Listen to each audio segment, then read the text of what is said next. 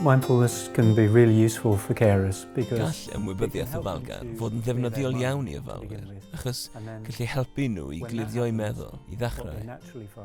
Ac yna pan fydd hynny'n digwydd, yr hyn mae'n darganfod yn naturiol, yw ei bod yn teimlo'n fwy ymlaciedig, teimlo'n dywelach.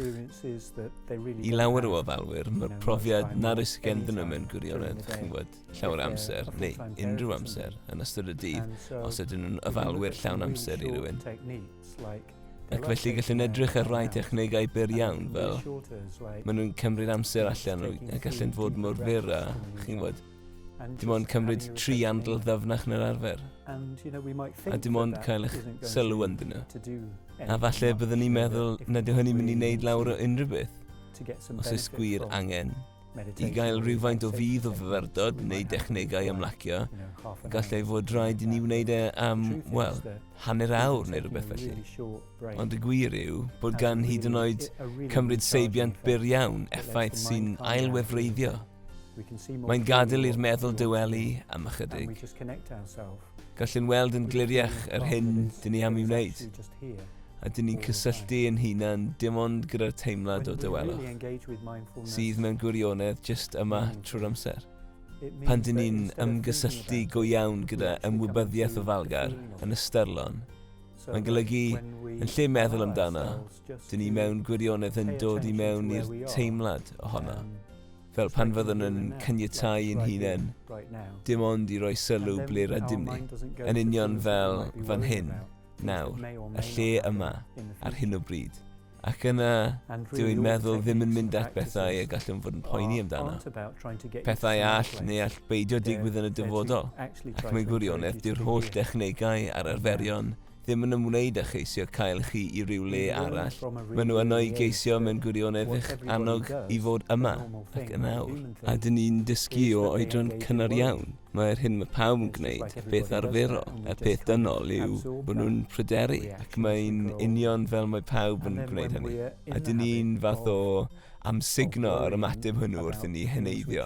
Ac yna pan dyn ni yn yr arfer o boeni am bethau a all ddigwydd, yna mae'r corff yn cael ei ddal o dan straen a tensiwn am gyfnodau amser llawer hirach. Gall ymwybyddiaeth ofalgar helpu mewn pob fath o ffyrdd, herwydd mae'n caniatáu ni i weld yn gliriach. Mae'n caniatáu i ni weld y reality beth sy'n digwydd.